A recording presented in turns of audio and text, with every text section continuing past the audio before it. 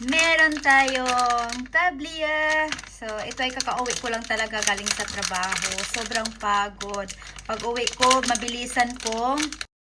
Hello mga pangga. So, ngayon kakain tayo ng dinner. At yung dinner natin ay champurado. Yan. At bakit champurado? Alam ko hindi kayo maniniwala pag sabihin kung walang ulam. Yes, may ulam, pero lahat ay frozen. So, madalian yung paggawa ko ng dinner kasi sobra talagang gutom, pagod, nandun lahat at stress na din ako kasi yung anak ko few days ago hindi na pumupunta sa training niya at today ay training niya sa football. At yung pag-uwi ko, 5 minutes na lang magsimula na yung training nila tapos of course magbike pa siya papunta sa training, 10 minutes lang naman. But kailangan ko siyang parang kailangan ko siyang pilitin pumunta sa training. Nawala na kasi siya ng gana ngayon pumunta sa training dahil sa paglalaro ng PlayStation. So, ayaw ko namang itago yun lagi, yung remote control sa PlayStation kasi para hindi siya makapaglaro. Ayaw ko yung gawin kasi the more ko gagawin, the more lang siyang hindi pumunta sa training niya.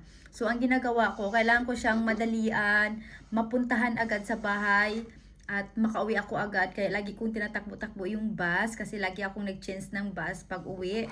Lagi akong nag-take ng 2 bus papunta sa trabaho at pauwi sa trabaho. Pauwi galing sa trabaho. So, yan pala. So, ngayon, kailangan kong takbo-takbuhin at kaya sobrang pagod ako. Iwan ko ba, iwang mga ano na din ito, mga 1 week na din akong sobrang pagod, namumula yung mata ko lagi. Yan, medyo pula pa. So, papunta ko sa trabaho pa lang, inaantok na ako. Pag uwi ko, inaantok na ako. Lagi ako nakatulog sa bus ngayon. So, iwan ko lang. Sobrang pagod talaga. Wala na akong energy. Yung uuwi ako ng bahay, tapos sabi ko, magkain muna ng dinner, tapos mamaya mag-grocery. Wala na akong oras mag-grocery. Sobrang pagod. Kaya, mag-grocery sana ng ulam, pero dahil wala ng pagod na, hindi na lang. Normally may ulam kami sa ref, pero frozen. Yung kaya dito na lang ako, nagsampurado ako madalian. Mabuti na lang may tablia pa ako galing sa Pilipinas nung umuwi ako last year. So may tablia pa ako sa ref.